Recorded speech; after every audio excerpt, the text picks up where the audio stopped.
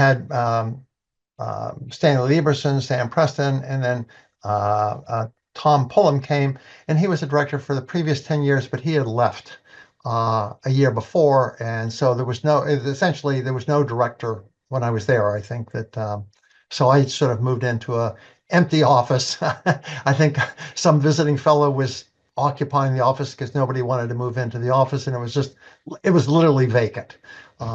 So there was nobody I followed, and I knew of Tom. Over the subsequent years, I became a good friend of his. He had close ties to many people at the university, and came back a few times, and I would go out for lunch with him. The two who were close friends before I became director, and I talked to a great deal, were Stanley Lieberson and Sam Preston. They both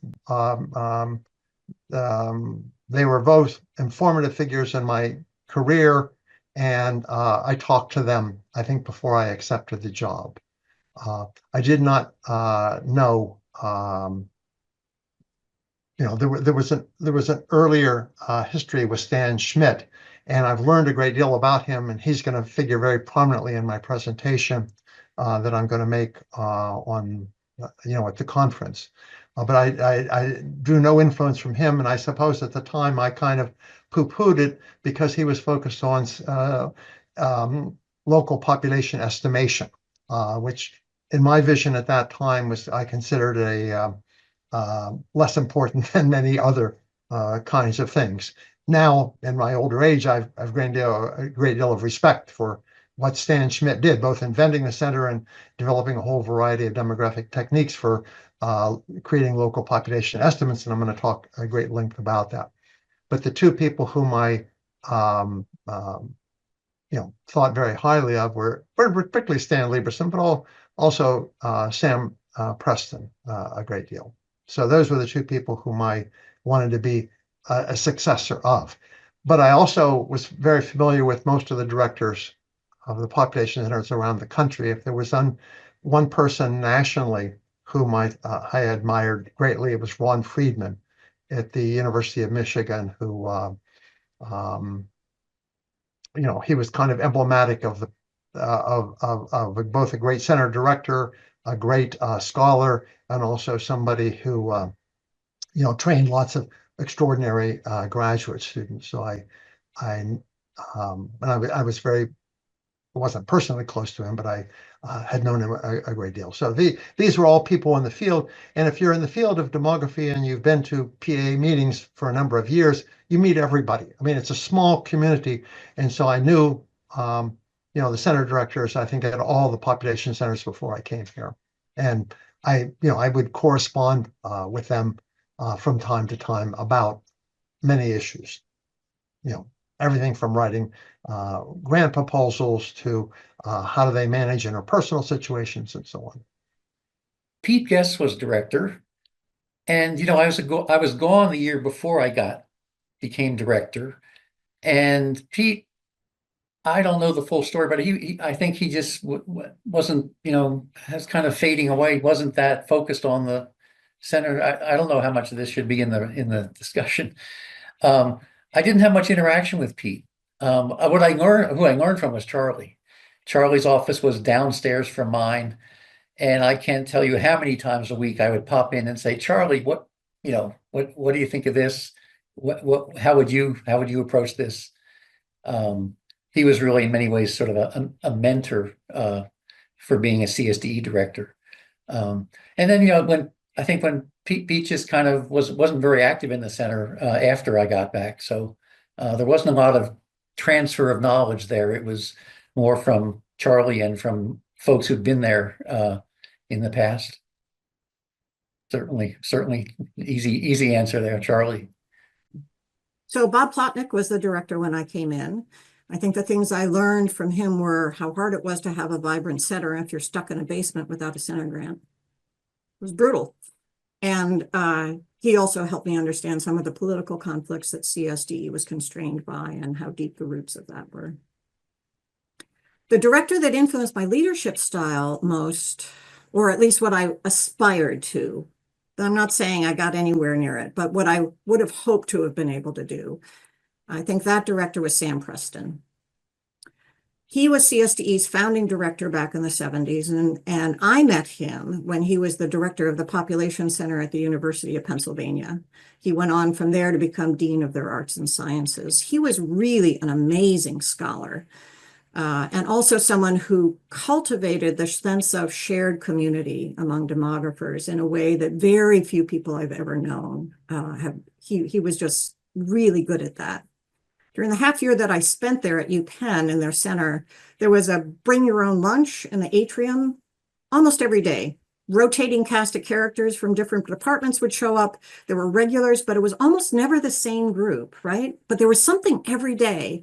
Topics of conversation were wide-ranging and free, characterized by this real sense of curiosity in everything, right? Nothing was off limits.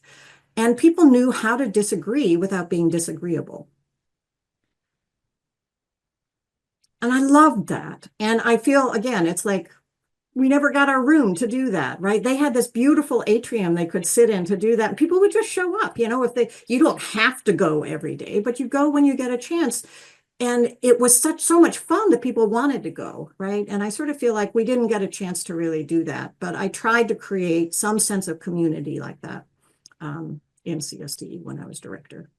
So Martina Morris was the director before me, and I've got to say that she had a powerful vision of what CSDE should be in terms of the staffing, the organization, the themes that CSDE was going to pursue.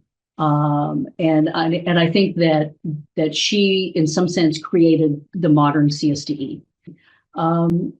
I suspect that Bob Plotnick, in fact, was the person that I probably came closer to emulating as a director. Oh, the wonderful, fabulous Shelley Lumberg, who was a model for kind of calmness and a kind of mentor. She mentored me in a way that I wasn't aware of at the time, but basically was preparing me. And she also, at the time in which I was appointed acting director, and when I was moving into becoming full-time director, told me what to be firm on and what to negotiate for in taking up the position and where the bodies were buried. I mean, Shelley was great. She wrote out lists of things which about what to expect at what time of the year. She wrote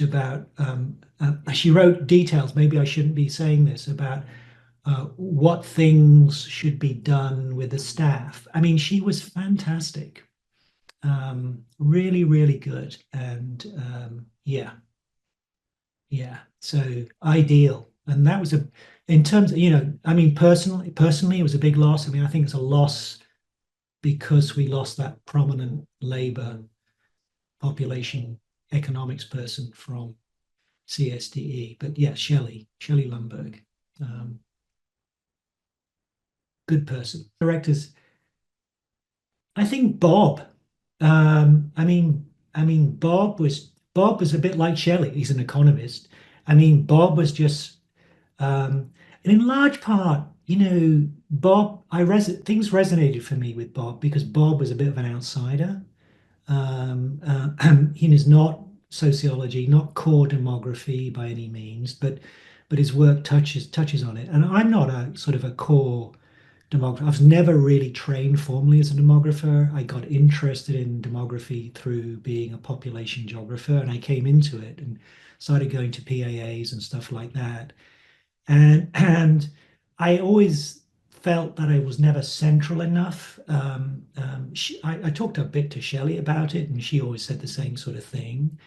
But Shelley didn't bother Shelley at all. But Bob, I think Bob kind of understood, and he gave me that kind of confidence. But also, he provided insight into how to navigate, let's just say, strong personalities, and he's really, really good about things like that.